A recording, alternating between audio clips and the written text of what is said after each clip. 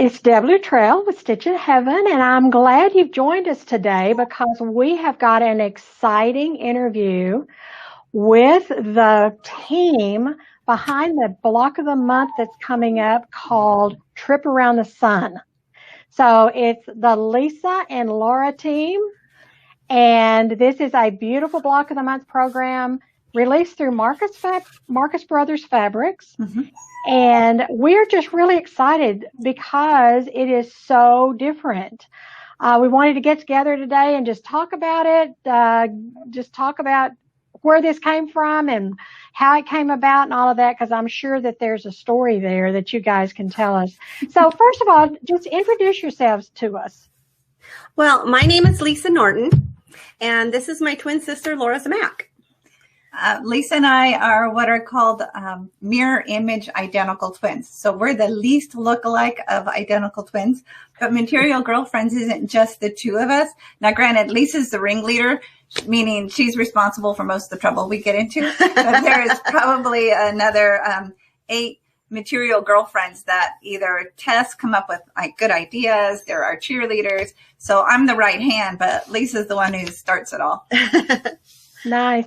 So who does the designing? Well, actually both of us, but we both design a little bit differently. So I do most of the design work that involves any applique or complicated piecework, which involves paper piecing.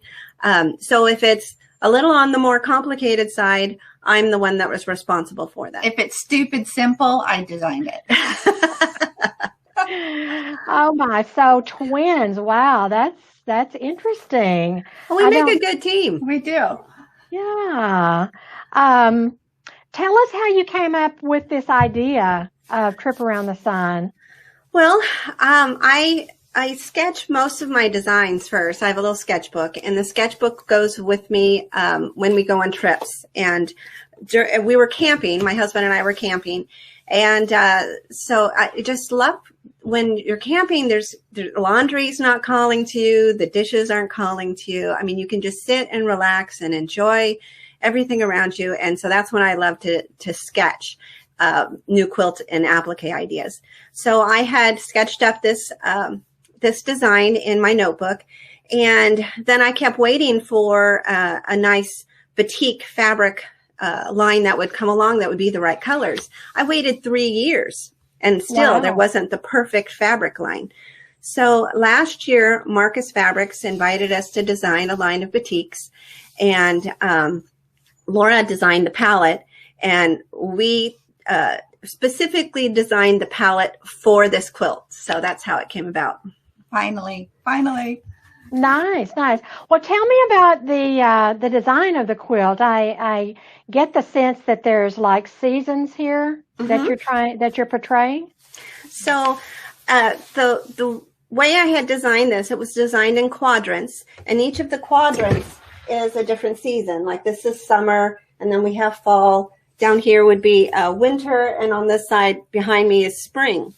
And each of the applique elements reach towards the next season, because you really don't have a direct shut off where today is, summer, but tomorrow is fall. So they sort of blend together. And that's what I try to have the applique reach to the next season. And even in the colors that we used for the applique, like the bright spring greens are down here by the spring, but then the fall greens are up when it's reaching towards the fall season. So the placement of the fabrics were very specific in the colors that you would see as you change seasons. Mm-hmm.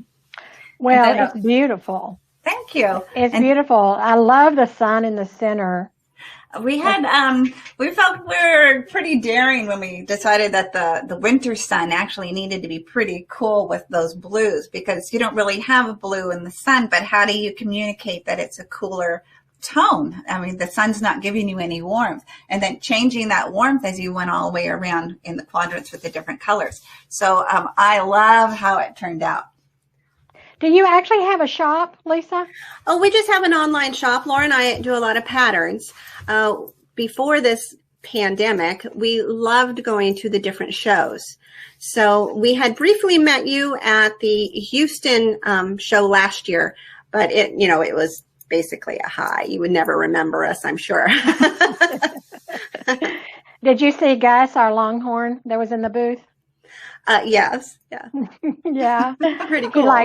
He liked going to quilt shows with us back in the day when we did that. I miss it a lot. It was very much a social part of what Lora and I do. And so just staying at home and designing patterns and filling orders is so much less fulfilling than actually being able to be in a booth or in a shop. So, and no teaching. We haven't been able to, here in California, we don't have any opportunities to teach unless it's on Zoom. So we're really missing that social interaction that the quilting community brings to each other. Right. Well, yes, we're the same way.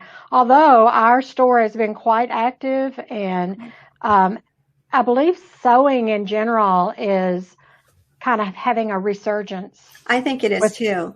With so many people staying at home, they want to have a hobby, and sewing is a great hobby to have. Yes. So what size is this? Oh, the size is 60 by 60.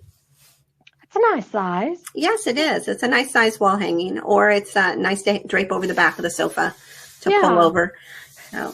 Or even for a square table, I could see it on a square table. Mm-hmm. That would be really, really pretty. So, well, listen, we are excited about it, and we're excited to get started on it. And I thank you both for taking the time to be here with us and to talk to us about it. And I hope that we have lots of people sign up for it. It's really a gorgeous, gorgeous quilt. Thank you. Thank you. All righty. Okay, you guys, sign up for Trip Around the Sun. It's be starting soon. And just get on board with us, and we'll talk to Lisa and Lora later. Talk to you later.